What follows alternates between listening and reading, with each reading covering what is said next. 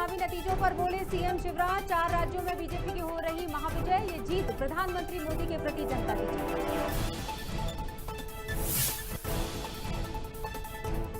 Budget आने के बाद पक्ष विपक्ष ने चलाए शब्दों के बाण। पूर्व मंत्री जालम सिंह ने कमलनाथ के बयान पर दी तीखी प्रतिक्रिया, कहा कमलनाथ ने झूठ फरेब से बनाई थी सरकार।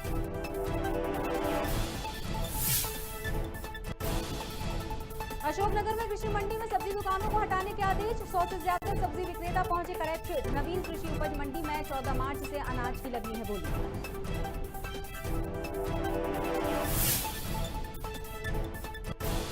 सतना के कोलगवा थाने को मिली बड़ी सफलता, अवैध शराब के 4 आरोपियों को किया गिरफ्तार, साथ ही 117 लीटर अवैध शराब को भी किया जब्त।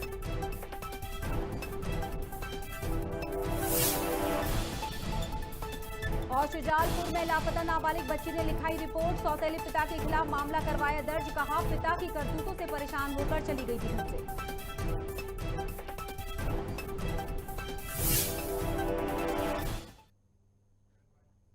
नमस्कार, आप देख रहे हैं खबर भारत, मैं हूं आपके साथ क्रांति प्रिया। बढ़ते हैं विस्तार से खबरों पर। मुख्यमंत्री शिवराज सिंह चौहान ने 5 राज्यों के चुनावी नतीजों पर अपना बयान दिया है। उन्होंने कहा कि पंजाब छोड़कर सभी 4 राज्यों में भाजपा की सरकार बनती देखी जा रही है। ये विजय हमारे प्रधानमंत्री नरेंद्र मोदी के प्रति जनता की विजय है।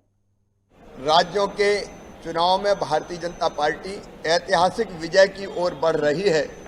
4 राज्यों में महाविजय हो रही है। यह विजय हमारे प्रधानमंत्री श्रीमान नरेंद्र मोदी जी के प्रति जनता के विश्वास की विजय है। प्रधानमंत्री जी में जनता विश्वास तो करती है, उनको श्रद्धा की दृष्टि से देखती है, भक्ति के भाव से देखती है। और माननीय प्रधानमंत्री जी ने देश का विकास, गरीब कल्याण की योजनाएं और समाज के हर वर्ग का कल्याण, जिनमें माताएं बहनें सर्वोपरि है। विपक्ष आमने सामने देखे जा रहे हैं। पीसीसी चीफ कमलनाथ ने बजट को लेकर कहा था कि दूध तेल महंगा और शराब सस्ती, यही है बजट का निचोड़। इस बयान पर पूर्व मंत्री और विधायक जालम सिंह पटेल ने पलटवार करते हुए कहा कि कमलनाथ ने झूठ फरेब से सरकार बनाई थी। ऐसा मानना है कि कमलनाथ जी का कहीं से कहीं तक बोलने का कोई हक नहीं है। झूठ फरेब से उन्होंने सरकार बनाई थी और उनकी सरकार चली गई, तो मैं ऐसा मानता हूँ कि एक बदले की भावना कहें या वो जो नहीं कर पाए, जो अच्छा हो रहा है उसमें कहने के लिए उनका कुछ नहीं। उनका जो आज कृत है, वो विपक्ष का जो काम था, वो लोकतंत्र के लिए ठीक नहीं था। अगर वो बात तो बीच में उठ के कोई कहते तो रिकॉर्डेड होता है, वो हल्ला कहीं रिकॉर्ड नहीं होता, वो जीरो हो जाता है। वो भी जानते हैं, उनके लिए कहने के लिए उसमें कुछ नहीं था। अशोकनगर नवीन कृषि उपज मंडी में आगामी 14 मार्च से अनाज की बोली लगना शुरू होना है और इसके लिए कृषि मंडी द्वारा आदेश भी जारी कर दिए गए हैं। बता दें कि नवीन कृषि मंडी प्रांगण में लगने वाली सब्जी दुकानों को हटाने का आदेश भी बुधवार को सब्जी दुकानदारों को थमा दिया गया है। इस मामले को लेकर 100 से ज्यादा सब्जी विक्रेता कलेक्ट्रेट पहुंचे। हम यहाँ पर आज हमें जो अस्थायी रूप से जगह दी गई थी थोक सब्जी मंडी के लिए, उस मंडी से आज हमें सुबह आदेश हुआ है कि आप यहाँ कल से नहीं लगाएंगे, आप ये जगह खाली करो।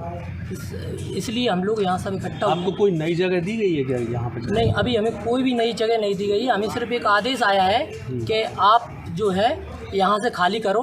और उनका मंडी प्रशासन का कहना है कि आप जहाँ पहले लगाते थे वहाँ जाओ, कहीं भी जाओ, हमें मतलब नहीं है। तो हम जहाँ पहले लगाते थे वहाँ पे एक तो सकरी गलियाँ होने की वजह से। सतना की गोलगवा थाना पुलिस को बड़ी सफलता मिली है। पुलिस ने अवैध शराब के साथ 4 आरोपियों को गिरफ्तार किया है। इनके कब्जे से पुलिस को 117 लीटर अवैध शराब और एक बिना नंबर की कार मिली है। पकड़े गए सभी आरोपी सतना के ही बताए जा रहे हैं। ये मुखबिर सूचना हम लोगों को मिली थी कि भारी मात्रा में अवैध शराब लाई जा रही है एक क्रेटा कार में। क्रेटा कार को बाबूपुर के पास पकड़ा है, जिसमें 13 पेटी अवैध शराब मिली है। 117 लीटर कुल शराब की मात्रा है। देसी शराब, लाल मसाला देसी शराब है। कीमत लगभग 65,000 है। 4 आरोपी हमने गिरफ्तार किए हैं, गाड़ी जब्त की गई है। एक आरोपी फरार हो गया, जिसकी तलाश की जा रही है। कहाँ के हैं सर ये सब यहीं के स्थानीय निवासी हैं, पूर्व में शराब के कारोबार से जुड़े हुए लोग हैं। इंदौर जिले के राजेंद्र नगर थाना क्षेत्र के रुक्मणी गार्डन से रेलवे क्रॉसिंग के बीच बीते दिनों एक चेन लूट की घटना हुई थी, जिसमें बाइक सवार 2 बदमाशों ने चेन लूट की घटना को अंजाम दिया था। इसके बाद राजेंद्र नगर पुलिस ने सीसीटीवी फुटेज के आधार पर 2 बदमाशों पीयूष और कनिष्क के साथ एक खरीदार हर्ष सोनी को भी गिरफ्तार किया है। दिनांक 5 को एक महिला के साथ जो है चेन कटिंग हुई थी और उस पर हम लोगों ने सारे सीसीटीवी फुटेज वगैरह देखे, कुछ पुराने संदिग्धों को चेक करा और मुखबिर की सूचना प्राप्त हुई थी, जिस पर से हम लोगों ने 2 लोगों को पहले गिरफ्तार किया और वो जो चेन है जिस के यहाँ पे उन्होंने बेच दी थी उस बंदे को भी गिरफ्तार किया है। अभी 3 आरोपी इसमें गिरफ्तार हुए हैं और इनकी पहचान जो है सीसीटीवी फुटेज से हुई है। कहाँ की घटना थी ये जो है विठल रुक्मिणी गार्डन से रेलवे क्रॉसिंग के बीच में 5 तारीख की घटना थी और ये जो आरोपी हैं ये पूर्व में भी इस तरह की घटनाओं में संलिप्त रहे हैं। नेपानगर के वार्ड 14 भातखेड़ा में पूर्व पार्षद रविंद्र जापुंकर के आकस्मिक निधन के बाद यहां उपचुनाव की घोषणा हुई थी, जिसमें कांग्रेस और भाजपा में सीधे आमने सामने की टक्कर थी। नगरपालिका के मुख्य चुनाव से पहले सेमीफाइनल कहे जाने वाले पार्षद उपचुनाव में कांग्रेस ने अपना परचम लहराया है। आपको बता दें कि यहां कांग्रेस के रतन जामुंकर ने भाजपा के राजेंद्र सिंह को 23 मतों से हराया।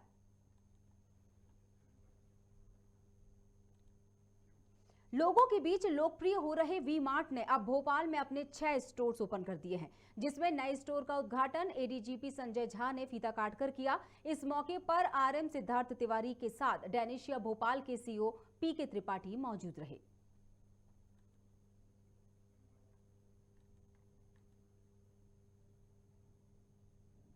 मध्य प्रदेश के गृह मंत्री डॉक्टर नरोत्तम मिश्रा ने चुनाव परिणाम के रुझान पर कहा कि पंजाब में पहली बार हमने अकेले चुनाव लड़ा है, हमारा वोट प्रतिशत अभी भी अच्छा है, जल्द ही पंजाब में भी सफलता हासिल करेंगे और बताया कि उत्तर प्रदेश में विकास और राष्ट्रवाद का परचम लहरा रहा है।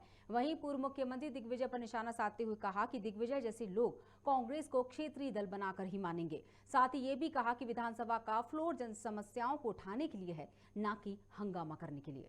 की घटती उनको होगी जिन्होंने मुख्यमंत्री के कैंडिडेट घोषित किए थे। हमने वहां कभी सरकार बनाई नहीं, हमारे मुख्यमंत्री कभी नहीं रहे पंजाब में। हम पहली बार अकेले लड़े हैं, वहां किसी का साथ नहीं लिया। उसके बावजूद भी हमारे वोट का प्रतिशत अभी भी अच्छा है। वहां फिर भी आत्मचिंतन और आत्ममंथन हम निश्चित करते हैं और पंजाब में भी हम बहुत जल्दी सफलता प्राप्त करेंगे। ये स्यापा पहली बार नहीं हो रहा है। इस तरह के स्यापे जब वो हारते हैं करते ही रहते हैं और जब तक दिग्विजय सिंह जैसे लोग हैं कांग्रेस क्षेत्रीय दल को बना के ही मानेंगे। कोरोना के क्षेत्र में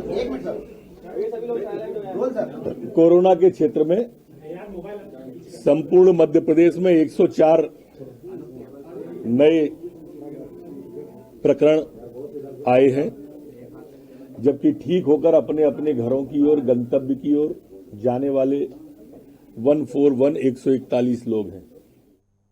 5 राज्यों के विधानसभा चुनावों में भाजपा को 4 राज्यों में फिर कमान मिल चुकी है, जिस पर मध्य प्रदेश के नगरीय प्रशासन मंत्री भूपेंद्र सिंह ने कहा कि अखिलेश यादव के समय में गुंडागर्दी, परिवारवाद और जातिवाद का राज देखा है, इसलिए जनता अखिलेश यादव को स्वीकार करेगी कि नहीं। वहीं योगी की तारीफ करते हुए भी कहा कि उन्होंने उत्तर प्रदेश में जिस तरह का विकास किया है, इससे तय था कि उत्तर प्रदेश में भारतीय जनता पार्टी बड़े बहुमत के साथ सरकार बनाएगी। देखिए, सारे लोगों ने यूपी के अंदर अखिलेश यादव के समय में गुंडा राज देखा है, परिवारवाद देखा है, जातिवाद देखा है और इसलिए अखिलेश यादव को जनता स्वीकार करने का सवाल ही नहीं उठता था। और योगी जी के नेतृत्व में जिस तरह से वहाँ पर सुशासन और विकास हुआ है, जिस तरह से गुंडा राज खत्म हुआ है, भ्रष्टाचार पर नियंत्रण हुआ है, इससे ये तय था कि उत्तर प्रदेश में भारतीय जनता पार्टी बड़े बहुमत के साथ सरकार बनाएगी और उसी तरह के परिणाम सामने आ रहे हैं और शानदार जीत भारतीय जनता पार्टी की हो रही है। काडावारा के स्कूल में कक्षा 7 के बच्चों ने विदाई समारोह का आयोजन किया, जहां कक्षा 8 के बच्चों को उज्जवल भविष्य की शुभकामनाएं देकर उन्हें विदाई दी गई। वहीं इस दौरान स्कूल के सभी शिक्षकगण मौजूद रहे। इंदौर में दहेज प्रताड़ना का मामला सामने आया है, जहां भवानी नगर की रहने वाली एक शादीशुदा महिला ने अपने पति के साथ ही ससुराल पक्ष के खिलाफ थाने में शिकायत दर्ज कराई है। पीड़िता ने बताया कि शादी के बाद से ही पति और उसके माता पिता 5 लाख रुपए देने का दबाव बना रहे थे, जिसका विरोध करने पर महिला के साथ मारपीट भी किया करते थे। हालांकि पहले इनका राजीनामा हो चुका था, लेकिन कुछ माह बाद फिर से ससुराल पक्ष महिला को दहेज के लिए प्रताड़ित कर रहा था। फिलहाल पुलिस ने मामले को गंभीरता से लेकर महिला की शिकायत दर्ज कर ली है। थाना बाणगंगा पर एक दहेज प्रताड़ना से संबंधित एक मामला पंजीबद्ध हुआ है। इसमें महिला द्वारा बताया गया कि उनके ससुराल वाले उन्हें दहेज की मांग कर परेशान कर रहे हैं, शारीरिक व मानसिक रूप से प्रताड़ित कर रहे हैं। तो जो है पहले इसको काउंसलिंग के लिए चाहा गया, पर चूंकि महिला ने बताया कि पहले कई बार पारिवारिक स्तर पर काउंसलिंग हो चुकी है और अब वो किसी प्रकार की काउंसलिंग नहीं चाहती हैं, तो फिर डायरेक्ट ही अपराध पंजीबद्ध कर विवेचना में लिया गया। मनावर में आबकारी विभाग ने बड़ी कार्रवाई करते हुए अवैध शराब के आरोपी को गिरफ्तार कर लिया है और कब्जे से लाखों की शराब जब्त कर ली है। वहीं मौके पर धर्मपुरी, गंदवानी, सागौर की टीम भी मौजूद रही। आपको बता दें कि आबकारी विभाग की टीम के लगातार कार्रवाई से पूरे क्षेत्र में हड़कंप मचा हुआ है। पलेरा नगर में अखिल भारतीय विद्यार्थी परिषद के द्वारा अंतर्राष्ट्रीय महिला दिवस पर भव्य रैली निकाली गई थी, जहां पर विद्यार्थियों का एकत्रीकरण राम राजा ग्राम केटी स्कूल के पास पलेरा में किया गया। रैली में नगर के पूर्व अध्यक्ष सुनील खटीक, महेश पटेरिया के साथ बड़ी संख्या में बच्चे और महिलाएं शामिल हुए। पन्ना जिले के रुंज नदी के पास अवैध तरीके से हीरे का उत्खनन मामले पर वन विभाग की टीम ने कार्रवाई करते हुए मौके से 3 दर्जन मोटरसाइकिल, 2 दर्जन के करीब साइकिल समेत उत्खनन का सामान जब्त कर लिया है। बता दें कि नदी के आसपास भारी मात्रा में बेशकीमती हीरे पाए जाते हैं, जिसकी लालच में आकर आसपास के इलाकों से ग्रामीण अवैध तरीके से खनन करते हैं। एक तरफ वन विभाग की टीम ने छापा मारा, तो वहीं दूसरी तरफ इस मामले को लेकर कांग्रेस नेता ने कलेक्ट्रेट परिसर में जमकर नारेबाजी भी की। साथ ही एक आवेदन पत्र सौंपा। कांग्रेस नेता का कहना है कि वन विभाग आदिवासी महिलाओं पर अत्याचार कर रहा है। फॉरेस्ट वाले पहुंचे, यहाँ से कह रहे थे निकल जाओ, तो हमने कहा कि अपना काम हम पूरा कर लें, हम निकल जाएंगे। वो नहीं माने हैं, वो मार धाड़ करने लगे हैं। कौन सा काम कर रहे थे वहाँ? 1-2 नख नहीं रखा। किनको किनको मारा है उनके द्वारा? उनके द्वारा बहुत लेबर पड़ी थी, 3-4 हजार लेबर पड़ी थी। हमने नहीं देख पाया कि किसको मारा किसको नहीं मारा, फिर मारा है। क्या कह रहे थे आप? मुर्गा बनाया? मुर्गा जहाँ बनाया है तो वहाँ से हम नहीं निकले, हम पहाड़ों गए डर के मारे। इन लोग को दौड़ाया है। 5-6 बजे अपने झुग्गी आए हैं, वहाँ फॉरेस्ट पहुँची है शाम को, तो कह रही थी सुबह 7 बजे निकल जाना, नहीं तुम्हारी छानी में आग लगा देंगे। यहाँ पर पूरा प्रशासन एक और दिखावा कर रहा था, महिलाओं का सम्मान कर रहा था, कभी ब्लड डोनेशन कर रहा था, कभी कुछ कर रहा था, महिलाओं को बुला बुला कर साल उड़ा रहा था। वहाँ पर विश्रामगंज रेंज पर स्थित वन विभाग के द्वारा महिलाओं को दौड़ा दौड़ा कर मारा गया। उनके छोटे छोटे बच्चे जो कोरोना काल में परेशान थे, उन्हें खाने की लाड़ी पड़ रहे थे, हम लोगों ने कोरोना काल में उनकी मदद करी, जाकर उनको खाना खिलाया। उसके बावजूद अब जब उनका समय काम करने का, पैसा कमाने का आया, तो फॉरेस्ट विभाग ने उन्हें जाकर दौड़ा कर मारा है। अपने बच्चों को लिए खाने और कमाने के लिए उनकी लाली पड़ गई, उनकी मजदूरी अब उनकी मजदूरी कहाँ से मिलेगी? और वह जमीन फॉरेस्ट की नहीं है, वह फॉरेस्ट विभाग ने हस्तांतरित कर दी है रुंज डैम के नाम से। खनिज विभाग जो पट्टे जारी करता है, उनको अधिकार होता है राजस्व में पट्टे प्रदान करने का, और ये जो क्षेत्र है वो वन क्षेत्र के अंतर्गत आता है, तो उसने हमने जो वन अधिनियम के तहत ही कार्रवाई की गई है। हमने L&T कंपनी को नहीं दी है, हमने जो WRD डिपार्टमेंट है उसको मतलब FCA के तहत उन्होंने परमिशन ली है वहाँ पर, क्योंकि वो भी विकास कार्य शासन की योजना है, तो जो FCA के नियमों के तहत उनको परमिशन दी गई है वहाँ पर, तो वो अपने कार्य कर रहे हैं। वहाँ पे मुआवजा बढ़ चुका है क्योंकि वो डूब क्षेत्र में आ जाएगा, लेकिन जो वो भूमि है उसकी वैधानिक स्थिति आज भी वन भूमि ही है। अंतर्राष्ट्रीय महिला दिवस पर पृथ्वीपुर में महिला पुलिस बल ने सड़कों पर उतरकर लोगों को यातायात नियमों का पाठ पढ़ाया। इस दौरान सड़क किनारे गलत तरीके से लगे वाहनों की हवा निकाली, बल्कि ऐसे वाहन चालकों के खिलाफ चालानी कार्रवाई भी की। आज महिला दिवस पर हमारे अनुविभागीय अधिकारी श्रीमान एसडीओपी महोदय के निर्देश अनुसार हम लोगों ने पृथ्वी पर अनुभाग में जो ट्रैफिक लगा हुआ था, उसमें मार्ग में जितनी भी गाड़ियां खड़ी हुई थी उनको एक साइड लगाया और समझाया है कि यातायात नियमों का पालन करें और अपनी गाड़ी साइड से लगाएं, यहाँ वहाँ गाड़ी खड़ी न करें। आज अंतर्राष्ट्रीय महिला दिवस है और हमारे पुलिस अधीक्षक श्री तुषारकांत विद्यार्थी सर और अतिरिक्त पुलिस अधीक्षक सर का निर्देश है ताकि आज कुछ जो भी कार्य हो विशेषकर महिलाओं की भूमिका रहे, ताकि समाज में एक जागरूकता हो कि महिलाएं किसी से पीछे नहीं हैं। तो इसी क्रम में जो हमारी महिलाएं थाने में कंप्यूटर टाइपिंग का काम करती थी, आज उन्होंने कस्बे की ट्रैफिक व्यवस्था को संभाला है। और मुझे भी बहुत अच्छा लगा, देखा मैंने जो थाने की गली है, जब जाते थे तो हमेशा वाहन खड़े रहते थे, लेकिन आज वो रास्ता खाली दिखा। नगर निगम रायपुर द्वारा व्यापारियों से यूजर चार्ज के नाम पर की जा रही अवैध वसूली के विरोध में भाजपा व्यापार प्रकोष्ठ द्वारा रायपुर में प्रदेश स्तरीय धरना दिया गया। जानकारी देते हुए प्रदेश मीडिया प्रभारी संतोष जैन एवं राजकुमार राठी ने बताया कि नगर निगम रायपुर के द्वारा छोटी छोटी बस्तियों में 40 से 50 फीट की दुकानों से यूजर चार्ज के नाम पर 3,660 रुपयों की अवैध वसूली की जा रही है, जो कि पूरी तरह से अन्याय है और अत्याचार की श्रेणी में आता है। सरकार पूर्णतः असफल है और व्यापारी विरोधी है।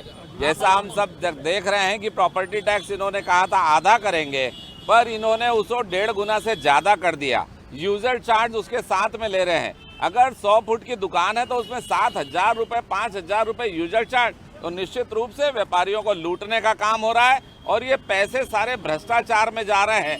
3 वर्षों में इस सरकार ने 61,000 करोड़ का कर्जा ले लिया। और भाइयों, भ्रष्टाचार की क्या बात करें, राजस्व मंत्री खुद कहते हैं कि ये कलेक्टर का अपना अलग हित है, ये रोड बनाने के लिए क्या चाहती है पता नहीं है। जो 40 फीट की 50 फीट की किराना दुकान झोपड़पट्टी में खोला है, स्लम बस्ती में खोला है कि चलो आसपास के लोगों को सुविधा मिल जाए, उससे 3660 रुपए की जो वसूली हो रही है पूरी तरह से अवैध है।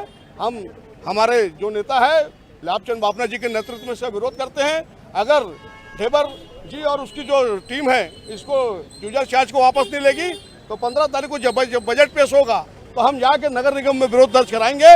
लेकिन राजधानी रायपुर के व्यापारियों को यूजर चार्ज से हम लोग जो है मुक्ति दिला के रहेंगे, उसको समाप्त करवा के रहेंगे। जहां पैसा वसूलने की बात आती है वहां पर कांग्रेस की सरकार, भूपेश बघेल की सरकार नगर निगम, नगर पालिका और नगर पंचायत के माध्यम से लोगों से 100 गुना 8 गुना दाम वसूल कर रही है। एक गरीब जो व्यक्ति है, एक गरीब परिवार का व्यक्ति है, एक गरीब व्यापारी है, वो 7 से 8 हजार रुपए यूजर चार्ज किस तरीके से देगा। एक आम आदमी की तनख्वाह 7, 8 हजार 10 हजार रुपए होती है, वो 2, 4, 5 हजार रुपए यूजर चार्ज के रूप में किस तरीके से देगा।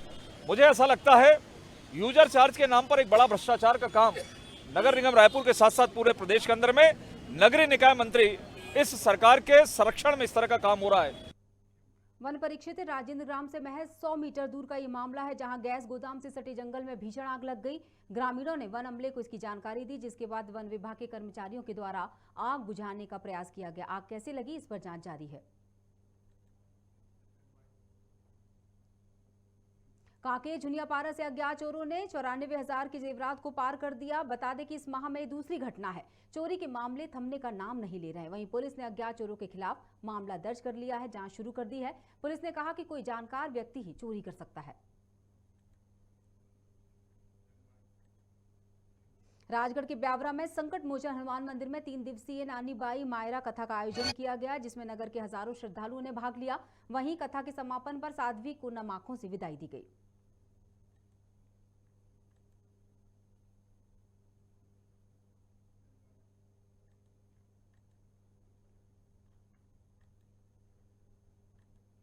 रतलाम ग्रामीण क्षेत्र से विधायक दिलीप मकवाना के प्रयासों से क्षेत्र का विकास हो रहा है। विधायक ने बताया 21 करोड़ से ज्यादा के बजट को स्वीकृति मिल गई है।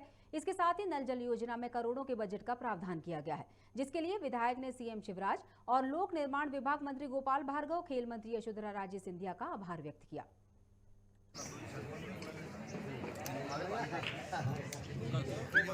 आज से लगभग 4 साल पहले एक समय था, माननीय राजेंद्र सिंह जी जिलाध्यक्ष जी, 4 साल पहले का एक समय अलग कर माननीय विधायक जी का विद्यालय से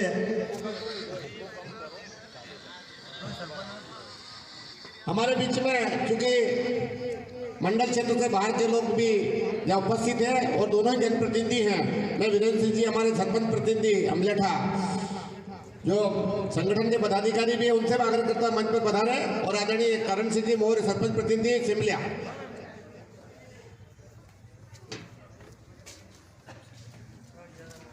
हाँ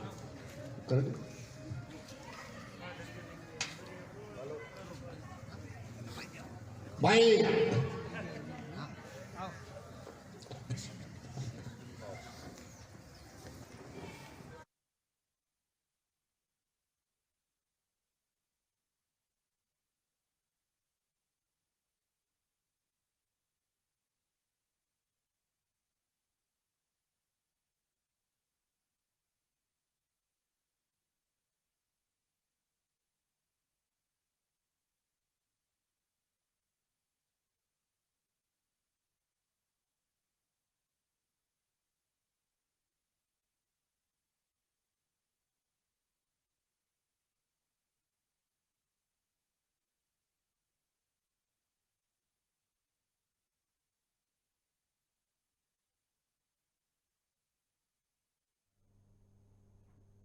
मंजिलें उन्हीं को मिलती हैं जिनके सपनों में जान होती है। पंख से कुछ नहीं होता, हौसलों से उड़ान होती है।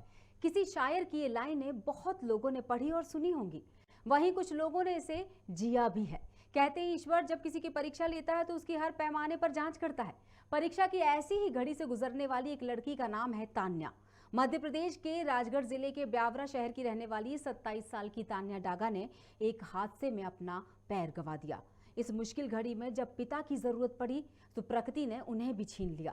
पिता को खोने के बाद न सिर्फ खुद को संभाला बल्कि एक पैर से 43 दिनों में जम्मू कश्मीर से कन्याकुमारी तक 2800 किलोमीटर साइकिल चलाकर एक नया इतिहास भी रच दिया। मां रश्मि डागा और कोच आदित्य मेहता की मेहनत को श्रेय देने वाली तान्या आज इस मुकाम पर पहुंचकर खुश हैं। आइए जानते हैं तान्या डागा की ये कहानी। आज ब्यावरा से मध्य प्रदेश के जिला ब्यावरा शहर में आज हमारे साथ ऐसी सक्सेस बैठी हुई है, एक ऐसी लड़की बैठी हुई है जो मतलब अपने पैर किसी एक्सीडेंट में हादसे में पढ़ाई के दौरान पैर गंवा दिए। उन्होंने एक पैर गंवाने के बावजूद भी उन्होंने साइकिल यात्रा मतलब पूरे इंडिया के अंदर फर्स्ट नंबर पर आई हैं और उन्होंने साइकिल यात्रा करी है। और उसके बाद में इसी बीच उनके पिताजी का देहांत हो गया था। पिताजी चल बसे थे और उन्होंने फिर भी हिम्मत नहीं हारी है और उन्होंने आज महिला दिवस पे मैं कहना चाहता हूँ कि आज ये जो मेरे साथ तान्या डागा जी हैं, ये एक मिसाल बनी हुई पूरे हिंदुस्तान में। एक लेडीज़, एक औरत के लिए हर नारी शक्ति के लिए ये प्रेरणादायक है और इतनी प्रेरणादायक है कि मैं क्या बता सकता हूँ आपको। बिल्कुल मतलब और हम इनसे जानते हैं पूरी हकीकत, इनसे खास मुलाकात मेरे साथ ब्यावरा शहर की तान्या डागा जी है। हम इनसे पूरी जानते हैं कि इन्होंने कैसे हाथ से अपना पैर गंवाया। तान्या ने बताया कि साल 2017 में वह MBA की पढ़ाई करने के लिए देहरादून शिफ्ट हुई, जहां 2018 में एक दर्दनाक सड़क हादसा हो गया और उनका पैर कट गया। तान्या कहती हैं कि 6 महीने तक उनका इलाज चला। इतना ही नहीं, हर सर्जरी पर उन्हें 3000 टाँके भी लगते थे। हादसे में अपना पैर गंवाने के बाद तान्या 6 महीने तक बिस्तर पर से उठ नहीं सकती थी। इस समय तान्या मानसिक और शारीरिक रूप से पूरी तरह अस्वस्थ हो गई थी, लेकिन इसके दौरान भी उन्होंने अपनी हिम्मत नहीं हारी। उनके पिता ने उनका मनोबल बढ़ाया और खुद को साबित करने के लिए प्रोत्साहित किया। उन्होंने अपने पिता की एक बात को अच्छे से याद कर लिया था कि शरीर का एक हिस्सा खो देने से जिंदगी कभी रुक नहीं सकती। दिल्ली में मेरा टोटल 7 सर्जरी दिल्ली में हुआ और उसके पहले 2 सर्जरी मेरा देहरादून में हो चुका था। जो पैर कटने का जो प्रोसेस था वो मेरा दिल्ली में ही हुआ था। तो जो मैं अभी जो साइकिलिंग का जर्नी है वो वहीं से स्टार्ट हुआ था। जब मैं हॉस्पिटल में थी तो लोग मिलने आते थे काफ़ी, मतलब आपके जो रिलेटिव्स होते हैं, फ्रेंड्स होते हैं, तो काफ़ी लोग अच्छे भी रहते हैं, काफ़ी लोगों का नेगेटिव कमेंट्स ये रहते थे कि, और जब मैं घर में नहीं थी तब घर वालों को मिलने आते थे, उन लोग को बोलते थे कि लड़की को इतनी दूर पढ़ने के भेजा, आपके क्या इधर पास में जगह नहीं थी, कहीं पे नहीं पढ़ा सकते थे क्या, तो और बेचारी हो गई है, अब लाइक आपके ऊपर बोझ बन गई है, लड़की है क्या करोगे, ज़िंदगी भर आपके ऊपर ही रहेगी बर्डन। तो वो चीज़ मेरे को ना हर्ट कर दी थी कि आप मेरे को बोलो ठीक है, आप मेरे माँ बाप को क्यों बोल रहे हो, मेरी फैमिली को क्यों बोल रहे हो। तो ऐसा था कि कुछ करना है, बट ये नहीं पता था उस टाइम पे। तो कॉन्स्टेंटली मैं बोलूँगी मेरी फैमिली ने मुझे बहुत ज़्यादा सपोर्ट किया। तो धीरे धीरे हिम्मत जो जुटाई थी, और पापा का हमेशा एक सपोर्ट रहता था कि अभी लाइफ में जो हो गया तुम पीछे नहीं जा सकते, आगे बढ़ना है। और जिस दिन मेरा पैर कटा था उस दिन जब मुझे OT से बाहर ला रहे थे तो नॉर्मली इंसान रोता है कि अभी मेरा लाइफ चेंज हो गया, सब कुछ चेंज। लेकिन तान्या की जिंदगी के गम यहीं खत्म नहीं हुए। उनके पिता की मौत हो गई। 18 दिसंबर को उनके पिता के निधन की खबर आई, जिसने उन्हें एक बार फिर तोड़ कर रख दिया और अभियान को बीच में छोड़कर तान्या अपने घर ब्यावरा पहुंची। इस घटना ने तान्या को गहरा सदमा पहुंचाया, लेकिन उनके हौसलों को नहीं हरा सकी। तान्या ने पिता की मौत के 3 दिन बाद फिर एक बार अपने सफर की शुरुआत की। साइकिल चलाते चलाते वो उल्टियां करने लगती, कई बार गिर भी जाती, लेकिन अपनी यात्रा अधूरी नहीं छोड़ी और मंजिल पर पहुंचकर ही दम लिया। ये था कि अभी कुछ करना है। फिर घर आए, घर पे भी काफ़ी टाइम तक मेरा ड्रेसिंग चला। फिर मैंने जिम ज्वाइन करा अपने आप को फिट और एक्टिव रखने के लिए। तो फ्री टाइम पे मैं वही जो मेड्स वगैरह रहते हैं हम लोग के, उनके बच्चों को पढ़ाती थी। फिर उसके बाद मैंने अपना MBA कंप्लीट करा पूरा 1 साल। उसके बाद तान्या एक अभियान इन्फिनिटी राइड K2K 2020 का एक हिस्सा बनी। 30 सदस्यीय टीम में तान्या अकेली महिला पैरा साइकिलिस्ट थी, जिसमें तान्या ने मात्र 43 दिनों में जम्मू कश्मीर से कन्याकुमारी तक की 2800 किलोमीटर की इस यात्रा को पूरा किया। ऐसा कारनामा करने वाली तान्या देश की पहली महिला पैरा साइकिलिस्ट बन गई हैं, लेकिन फिर भी शासन प्रशासन की तरफ से उन्हें कोई मदद नहीं मिली। 5 से 7 साल में चेंज करना पड़ता है, बिकॉज ये जो चीज़ें रहती है ये मैकेनिकल रहती है। अच्छा। तो चीज़ें एक टाइम तक ही काम करती है, उसके बाद वो काम करना कम कर देती है। तो अगर आपको एक्टिवली चलना है या कुछ भी करना है तो आपको चेंज कराना पड़ेगा। और बल्कि जो ऊपर का सॉकेट है, ये आपने ज़रा सा वेट गेन करा, वेट लूज़ करा, आपकी बॉडी में कुछ भी चेंज हुआ तो उसके अकॉर्डिंगली आपको चेंज कराना पड़ेगा। यूजुअली मेरा 7 से 8 महीने में चेंज कराना पड़ता है मुझे, क्योंकि बॉडी में जैसे थोड़ा चेंजेस होता है। बट इसकी भी कॉस्ट इवन 35-40,000 तक जाती है। लाइनर की कॉस्ट 50,000 तक है, क्योंकि ये जो रहता है ये अपनी स्किन पर डायरेक्टली अटैच रहता है, क्योंकि इतना ज़्यादा जो कटे पिटे निशान है स्किन में ग्राफ्टेड है, तो इसके लिए ये भी बहुत महंगा है। तो ओवरऑल काफ़ी महंगाई है। तो इसमें कुछ सरकार का, गवर्नमेंट का कुछ सहायता मिली आप लोगों को? सरकार सिर्फ कहने के लिए बातें करती है कि हम इतना सपोर्ट करेंगे, इतना सपोर्ट करेंगे, बट जब एक्चुअली बात आती है तो सरकार के पूरे हाथ खाली हो जाते हैं। तान्या आज उन तमाम लोगों के लिए प्रेरणा है जो अपने साथ हुए किसी हादसे के बाद खुद को टूटा महसूस करते हैं, अपने सपनों को अधूरा छोड़ देते हैं। उनकी कहानी साबित करती है कि दिव्यांगजन भी अपनी जिंदगी को खुद के अनुसार जी सकते हैं। शुजालपुर में 3 दिन पहले लापता हुई नाबालिग बच्ची ने अपने सौतेले पिता के खिलाफ मामला दर्ज करवाया। बच्ची ने थाना प्रभारी संतोष बाघेला को बताया पिता की करतूतों से परेशान होकर वो घर से भाग गई थी। फिलहाल पुलिस ने नाबालिग बच्ची को नारी निकेतन भेज दिया है, क्योंकि बच्ची ने अपनी मां के साथ रहने से भी इनकार कर दिया है। पीड़िता के कथन वगैरह कराएं तो नाबालिग ने अपने सौतेले पिता के द्वारा बुरी नज़र रखना और छेड़छाड़ करने की बात कही है, जिस पर उसके न्यायालय में कथन कराकर आरोपी के विरुद्ध कार्रवाई करके उसे माननीय न्यायालय पेश किया। दिनांक 7 को एक गुमशुदगी गायब हुई थी नाबालिग की, तो दिनांक 8 को तस्दीक किया गया है। पीड़िता के कथन वगैरह कराएं तो नाबालिग ने अपने सौतेले पिता के द्वारा बुरी नज़र रखना और छेड़छाड़ करने की बात कही है, जिस पर उसके न्यायालय में कथन कराकर आरोपी के विरुद्ध कार्रवाई करके उसे। और फिलहाल के लिए इस खबर के साथ बुलेटिन में इतना ही। बने रहिएगा खबर भारत के साथ। नमस्कार।